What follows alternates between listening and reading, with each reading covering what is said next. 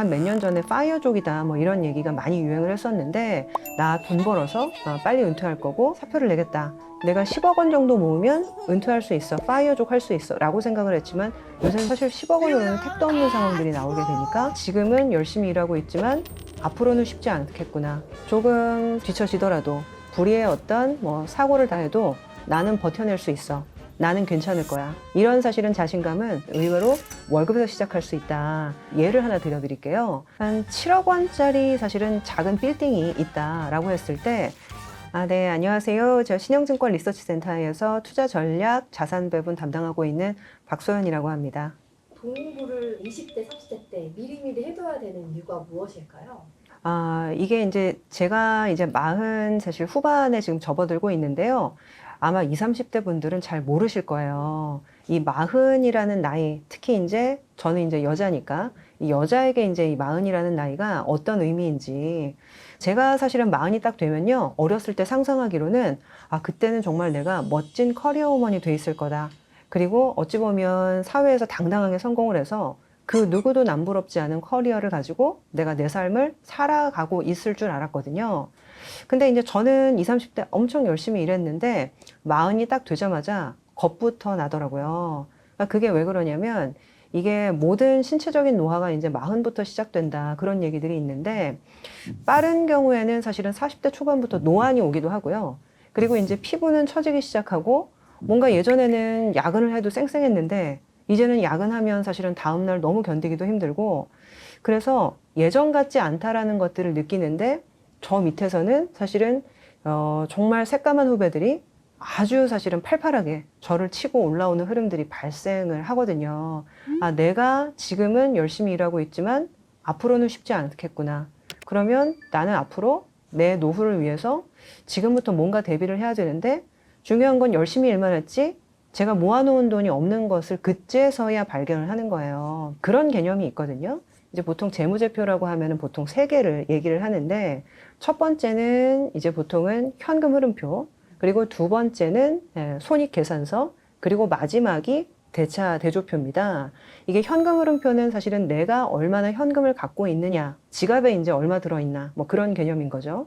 그리고 손익계산서는 남은 돈이 이제 얼마냐, 그런 것들을 계산하는 개념인데, 사실 40 이후부터는요, 이 대차대조표가 굉장히 중요하거든요. 내가 지금까지 얼마의 자산을 모아놨느냐. 자산이 어찌 보면 40 이후부터는 나를 지켜주게 되는데, 그동안에 사실은 열심히 해서 현금 흐름도 괜찮고 손익계산서도 괜찮은데 대차대조표가 부실하게 되면 사실 그 이후에 40에 대해서 덜컥 겁부터 나게 되거든요. 그래서 어찌 보면 그 40의 대차대조표는 20, 30대부터 준비를 해야 되거든요. 계속적으로 재테크를 하면서 현금 흐름을 만들어 놓고 그것으로 사실은 자산 형성을 했었을 때 40대 이후에 조금 사실 뒤처지더라도, 그리고 내가 불의의 어떤 사고를 당하거나 내지는 안 좋은 일이 있다 해도 나는 버텨낼 수 있어, 나는 괜찮을 거야, 이런 사실은 자신감은 보통은 대차대조표에서 나온다라고 저는 보고 있죠. 네. 네, 약간 직장인들은 이런 꿈이 있는 것 같아요. 계속 월급만 받다 보니까 사실 건물 하나 사면 많이들 그렇게 생각하시는데 저는 월급이다 라고 말씀을 드립니다. 그게 왜 그러냐면, 사실 이 월급이요, 다들 중요하지 않다 생각하시는데 제가 예를 하나 드릴게요. 한 7억 원짜리 사실은 작은 빌딩이 있다라고 했을 때, 그 7억 원짜리로 보통은 부동산 투자했을 때 투자 수익률 관점에서 캡 레이시다라는 이제 표현이 있습니다. 결국에 이제 투하 자본 수익률이라는 개념인데 보통 4% 정도거든요, 우리나라 평균이. 근데 이제 7억 원짜리 빌딩이라는 거는 4% 수익률로 환산을 하게 되면 연간 2,800만 원 정도의 현금 수익률을 가져오게 되거든요. 12분의 1, 12달이니까 나눠보면 정확하게 233만 원 정도예요. 그 얘기는 사실 7억 원짜리 빌딩을 갖고 있으면 매달 나에게 캐시플로우로 233만 원이 굴러 떨어진다는 얘기인데, 결국에는 그거는 내가 회사를 열심히 다녔을 때 빌딩 하나 갖고 있는 거랑 거의 동일한 효과거든요. 이게 사실 월급과 사실은 빌딩이 같은 가치를 갖고 있다는 거를 깨닫는 순간 의외로 회사에 충성하고 열심히 다니게 되는 또 계기가 되기도 하죠. 근데 이런 부분들을 보통은 많이 좀 자각을 못 하시고, 직장을 빨리 내가 그만두고 싶다, 나는 자유로워지고 싶다, 보통 이제 한 몇 년 전에 파이어족이다 뭐 이런 얘기가 많이 유행을 했었는데, 나 돈 벌어서 빨리 은퇴할 거고 직장은 빨리 사표를 내겠다. 최근 들어서 이 파이어족이라는 얘기가 거의 안 들리더라고요. 그러니까 그 이유가 뭔가 생각을 해보니까, 내가 10억 원 정도 모으면 은퇴할 수 있어, 파이어족 할 수 있어 라고 생각을 했지만, 요새는 사실 그 이상 필요해진 상황이고요. 인플레이션이 요새 뭐 굉장히 좀 드라마틱하게 벌어지고 있는데, 이 금리가 오르고 물가가 오르는 상황에서는 사실 10억 원으로는 택도 없는 상황들이 나오게 되니까, 이게 월급이 오히려 중요하구나, 이런 것들을 좀 많이 깨달았던 것 같아요. 그래서 저는 모든 돈 공부 그리고 모든 재테크는 의외로 월급에서 시작할 수 있다. 그래서 이 월급에서 사실 시작되는 캐시플로우가 종잣돈을 만들고, 이 종잣돈을 잘 불리는 것이 재테크의 첫걸음이다. 이 월급이 중요한 이유는 나한테 다달이 정기적으로 뭔가 현금 흐름이 생긴다라는 것 이상의 의미를 갖고 있습니다. 왜냐하면 한 직장에서 사실은 3년, 5년, 10년을 일했을 때 결국에는 10년 동안 만들어진 네트워크, 그리고 내가 10년 동안 일하면서 내가 일한 업종과 인더스트리에 대한 이해, 이런 것들이 모든 것들의 기반이 되는 거거든요. 그래서 이제 10년 동안 보통 일을 하게 되면 뭐 1만 시간의 법칙이다 뭐 이런 얘기가 있는데, 그 1만 시간의 법칙이 사실상 매일 한 3시간씩 한 10년을 일하게 되면 1만 시간이 달성이 되더라고요. 10년을 했을 때 그 달성할 수 있는 일의 숙련도가 어찌 보면 그것이 또 나의 자산이 되기 때문에 월급 이상의 가치가 있는 것이 사실은 직장이다. 그래서 어찌 보면 나 스스로에게 투자할 수 있는 어떤 유일한 그 어떤 작업이 저는 직업이다라고 생각을 해요. 그래서 의외로 일을 열심히 하는 것들이 중요하다. 그리고 이제 일을 열심히 했을 때 어찌 보면 돈이 따라오고 사람이 따라오고 네트워크가 따라온다. 저는 그 우리 사회가 이 직업적인 긍지를 가지고 살아야 된다, 이런 생각을 많이 해요.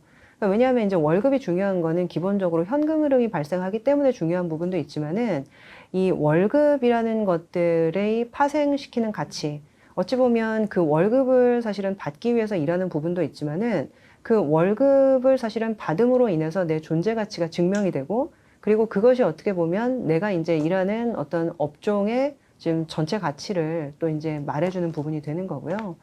그래서 의외로 월급의 중요성이 좀 간과되고 있는 게 저는 굉장히 아쉽다고 생각을 하고, 그래서 아까도 이제 이 7억 원짜리 빌딩이 월급의 가치가 거의 동일하다, 이런 말씀을 좀 드렸었는데, 사실상 매일매일을 열심히 사는 것이 가장 중요한 좀 이제 재테크의 출발점이다. 저는 그런 생각을 많이 하고 있습니다.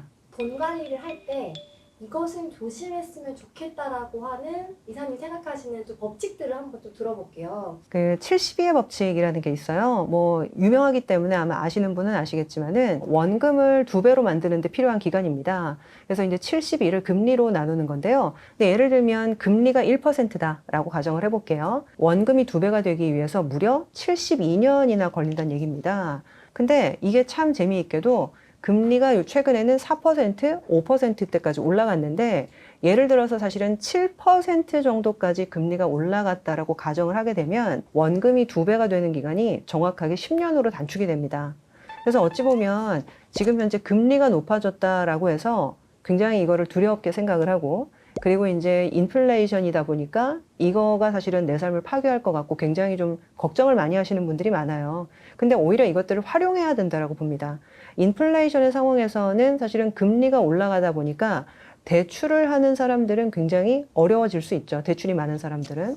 근데 오히려 금리가 올라가기 때문에 투자를 할 수 있는 기회는 더 많아지고요. 오히려 이런 것들을 적극적으로 활용을 했을 때 원금이 2배가 될 수 있는 기간은 굉장히 단축이 될 수 있거든요. 그래서 오히려 이렇게까지 사실은 물가가 올라가고 금리가 올라가는 것들을 반드시 활용해야 된다.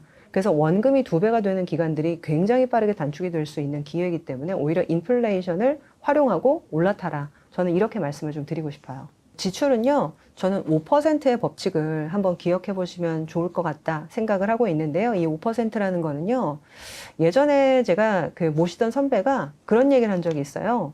자기는 3개월치 월급이 넘는 자동차는 안 산다, 이렇게 얘기를 하더라고요. 근데 이게 무슨 얘기인가 한번 잘 생각을 해봤더니, 예를 들면 중고차 가격이 한 1,000만 원짜리를 한번 가정을 해볼게요. 보통은 60개월 할부로 사게 되거든요. 5년 정도니까. 근데 이제 1,000만 원짜리를 60개월 할부로 샀을 때 매달 내가 부담을 해야 되는 금액은 한 16만 원 정도가 됩니다. 근데 이제 평균적으로 우리나라의 월급의 수준을 보면 30대가 한 320만 원 정도, 그 정도를 받더라고요. 근데 이 320만 원에 정확하게 5%가 16만 원이더라고요.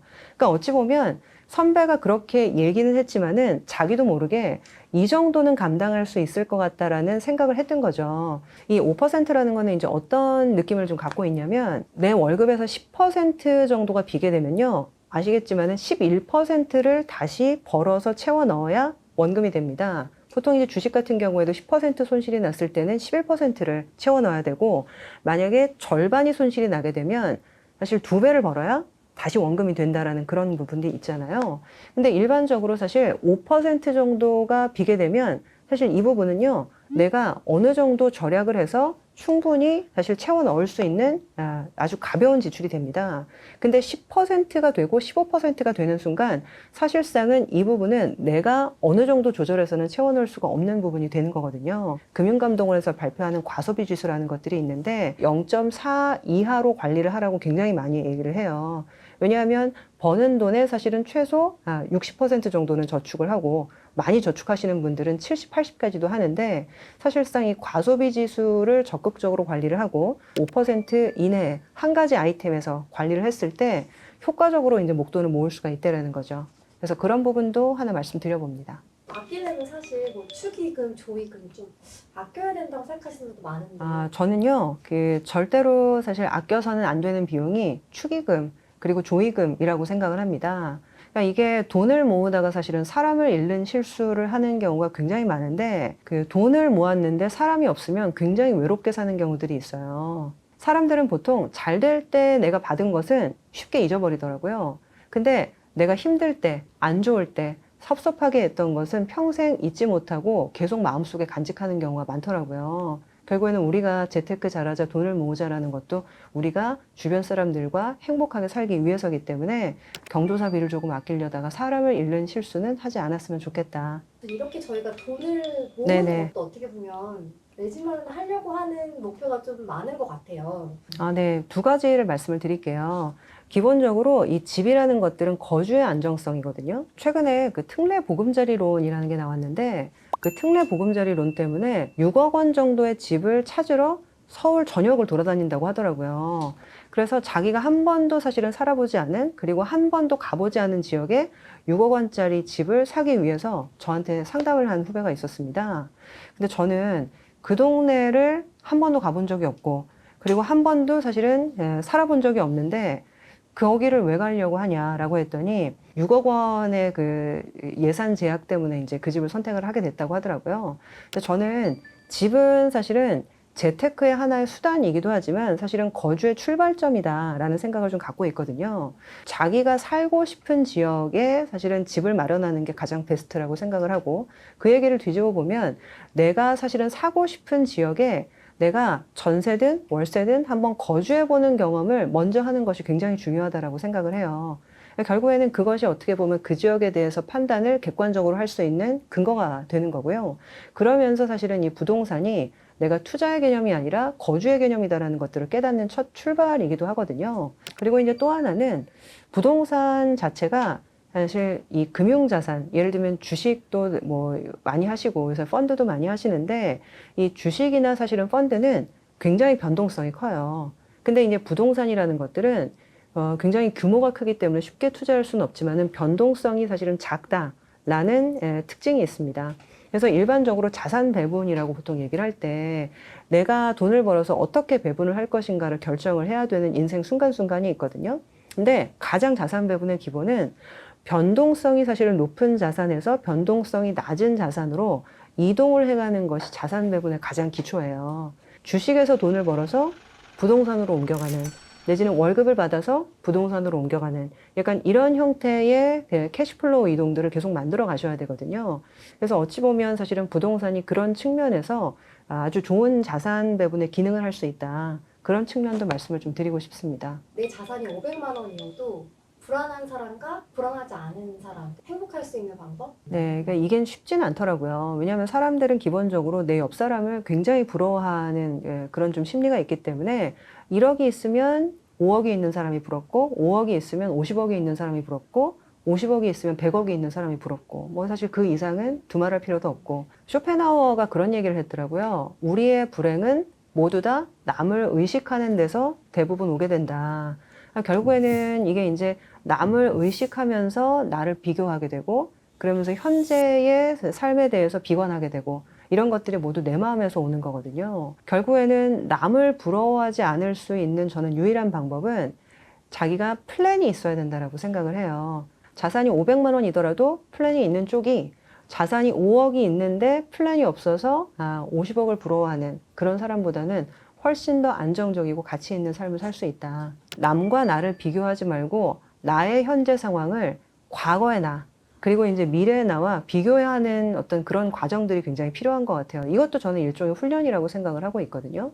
그래서 결국에는 내가 되고 싶은 미래의 나 그것들에 대한 목표를 한번 설정을 해보고 그러면 내가 되고 싶은 미래의 나가 되기 위해서는 지금 나는 무엇을 해야 될 것인가. 그러니까 남과 비교하지 않고 미래의 나와 나를 지금 비교를 하는 거죠. 내가 사실은 달성하고 싶은 자산의 어떤 규모, 그리고 이제 내가 달성하고 싶어 하는 재테크의 어떤 최종 목표, 이런 것들을 내가 명확하게 세우고 그것을 위해서 내가 어떤 플랜이 필요한가.